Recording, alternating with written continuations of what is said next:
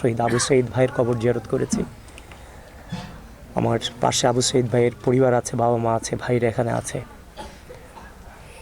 আবু সঈদ ভাই আমাদের বাংলাদেশ যতদিন এই ভূমি থাকবে, বাংলাদেশের মহান স্বাধীনতার যুদ্ধে যেমনভাবে আমরা বীরশ্রেষ্ঠ, বীর বিক্রম সহ কিংবা মহান স্বাধীনতা যুদ্ধে যারা অবদান রেখেছে তাদেরকে যেভাবে স্মরণে রেখেছে, ঠিক একইভাবে আবু সঈদ ভাই সহ এই আন্দোলনে যারা শহীদ হয়েছে তারা চিরকালই বাংলাদেশের মাটিতে তাদের নাম স্বর্ণাক্ষরে লেখা থাকবে। কিন্তু যখন কথা বলতে চাই তখন কিছুটা আবেগপ্রবণ হই, কিন্তু এগুলো মানুষকেও দেখানো যায় না। আমরা যারা জুলাইয়ের মাঠে ছিলাম, আমাদের কি পরিস্থিতি মোকাবেলা করে এই জায়গাটাতে এসেছে, আপনারাও যারা সাংবাদিক ছিলেন, আপনারাও মাঠে ছিলেন, আপনারাও জানেন। বিশেষ করে আবু সঈদ ভাই যেদিন শহীদ হয়ে সেদিন ওই সময়টাতে আমিও মাঠেই ছিলাম ঢাকাতে।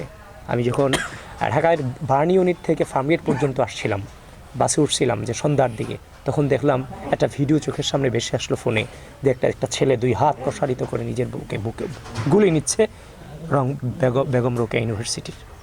এটা দেখার পরে কিংবা তার যে গুলি নেওয়ার দৃশ্য, এই দৃশ্য দেখার পরেই বাংলাদেশ বসে থাকতে পারেনি। এই যে তার গুলি নেওয়ার দৃশ্য, গোটা বাংলাদেশে যেন আগুন ধরে গেল। সাথে সাথে এই ফ্যাসিস্ট হাসিনার কবর রচিত হওয়ার পথ উন্মোচিত হলো। তো আবু সঈদ ভাই স্মরণে থাকবে। আপনাদের কাছে অনুরোধ থাকবে, এই জুলাই গণঅভ্যুত্থান কিংবা জুলাইয়ের যা শহীদ যারা হয়েছে তারা তো তাদের জীবনটাই বিলিয়ে দিয়ে চলে গিয়েছে, কোনো স্বার্থে তারা তাদের জীবন দেয়নি। সুতরাং আপনারা আপনাদের জায়গা থেকে যারা যে অবস্থায় আছেন আপনারাও খেয়াল রাখবেন, জুলাই গণঅভ্যুত্থানে যারা ছিল, জুলাইকে ব্যবহার করে কিংবা জুলাইকে কেন্দ্র করে আবারও যেন কেউ যে পথভ্রষ্ট না হয় কিংবা রাষ্ট্রকে অস্থিতিশীল পরিবেশ তৈরি না করে জুলাইকে কেন্দ্র করে, এবং এই জুলাইয়ের মর্যাদাকে কেউ যেন ক্ষুণ্ণ না করে। কারণ এই আবু সঈদ ভাইরা, মুগ্ধরা, ওয়াসিমরা, তারপর যে আনাসরা, শাহারিকরা, এমন প্রায় 2000-এরও অধিক মানুষ জীবন দিয়ে গেছে শুধুমাত্র রাষ্ট্রটার জন্য, কিচ্ছুই স্বার্থ নাই। এটা যেন আমরা উপলব্ধি করতে পারি। আপনারা আমাদের জন্য এই দোয়াটুকু করবেন।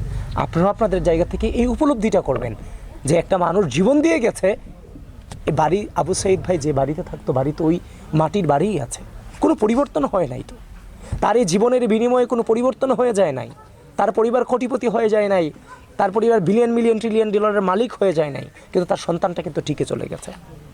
সন্তান কিন্তু আর কোনোদিন ফিরে আসবে না। এই যে নিঃস্বার্থ জীবনদান বাংলাদেশের জন্য, এই আদর্শটাকে যেন আমরা লালন করতে পারি, এটি আপনাদের কাছে রংপুরে এসে তার কবর জিয়ারতের মধ্য দিয়ে আমি আপনাদের কাছে দোয়া চেয়ে গেলাম, এবং তাদের বাবা মা এখানে আছে তাদের কাছেও দোয়া চেয়ে গেলাম। এবং এই দোয়াটাও আপনাদের মধ্য দিয়ে চাই, যতদিন পর্যন্ত এই জুলাই গণঅভ্যুত্থান এবং বাংলাদেশকে যথাযথভাবে ধারণ করে সামনে অগ্রসর হতে পারবে মহান সৃষ্টিকর্তা যেন আমাদেরকে ততদিন পর্যন্ত রাজনীতির মাঠে রাখে। যেদিন পথভ্রষ্ট হব সেদিন যেন মহান আল্লাহ তাআলা এই রাজনীতির মাঠ থেকে আমাদেরকে সরিয়ে নেয়। এই দোয়াটুকু আপনাদের কাছে আমি চেয়ে গেলাম। এই জুলাই গণঅভ্যুত্থানকে, এই আদর্শকে, এই চেতনাকে, 71-এর মহান মুক্তিযুদ্ধকে যেমনভাবে আমরা ধারণ করি, সেটাকে ধারণ করে 24-এর গণঅভ্যুত্থানে সেই ইতিহাস থেকে শিক্ষা নিয়েই কিন্তু আমরা মাঠে নেমেছিলাম। এই নগরী বলগাকপুর তথা বিদ্রোহের নগরী। এই নগরীর মানুষ কখনোই অত্যাচার, নির্যাতন, নিপীড়ন সয় নাই, বারবার মাথা উঁচু করে দাঁড়িয়েছে।